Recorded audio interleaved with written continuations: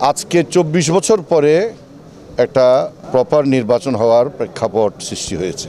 হ্যাঁ, এখানে একটা দল সে নাই, তো সে নাই তার দোষের জন্য, এটা তো আর আমাদের বাংলাদেশের জনগণের দোষ না, তার নিজের দোষের জন্য সে নাই।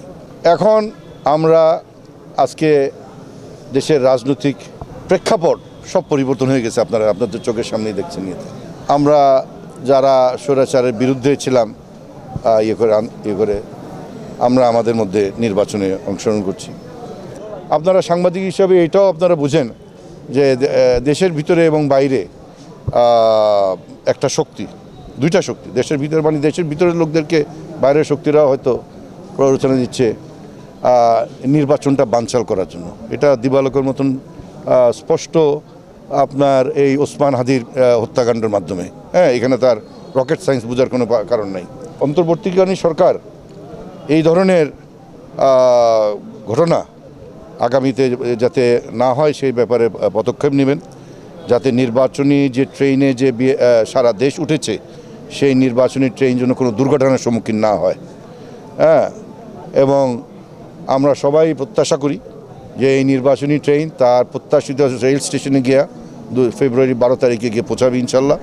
আমি এই মৌলভীবাজার 3 আসনের ভোটারদের সহযোগিতা, ভোটারদের কাছে সালাম এবং এই সহযোগিতা দোয়া চাচ্ছি, বুঝছেন, যাতে আমরা সবাই মিলে আগামী 12 ফেব্রুয়ারি একটা মানে শান্তিপূর্ণ নির্বাচন আমরা করতে পারি, ফেয়ার ফ্রি পিসফুল একটা নির্বাচন যাতে হয়।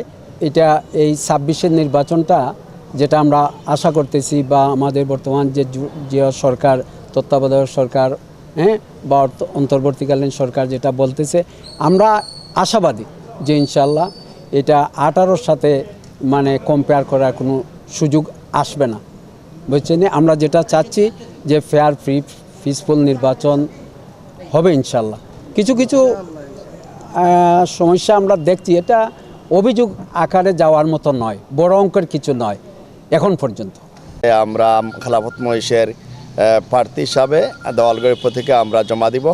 আমরা আজকে মিডিয়ার মাধ্যমে সকলের কাছে দোয়া চাই এবং অবাধ সুষ্ঠু নির্বাচন, পেশিশক্তি মুক্ত, কালো টাকা মুক্ত একটা মানুষের অধিকার নিশ্চিতের লক্ষ্যে একটা নির্বাচন চাচ্ছি।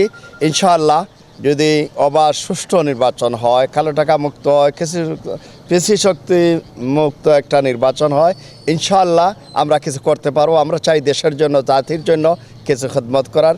এ লক্ষ্যে আমরা আসছি জনগণকে নিয়ে একটি সুন্দর দেশ গড়ার লক্ষ্যে, জনগণকে নিয়ে মৌলভীবাজার 3 আসন একটি মডেল আসন হিসাবে উপহার দেওয়ার জন্য আমি কাজে নামছি। আমি মৌলভীবাজার জেলা সংসদীয় আসন 238, মৌলভীবাজার 4, শ্রীমঙ্গল এন্ড কমলগঞ্জ আংশিক আমি নির্বাচনে অংশগ্রহণ করছি। সংসদ প্রতীক নিয়ে লাঙ্গল মার্কা আমাদের চেয়ারম্যান, দলের চেয়ারম্যান জি এম কাদেরের নির্দেশে আমি লাঙ্গল নিয়ে অংশগ্রহণ করছি। আপনারা সবাই দোয়া করবেন। আর ইনশাল্লাহ আমারে জনগণ চায়, ইনশাল্লাহ ভোটও দিবে। আমার জন্য সবাই দোয়া করবেন এবং জনগণও দোয়া করবে এবং দয়া করবে, ভোটও দিবে। আমি পাস করব ইনশাল্লাহ, আশা রাখছি।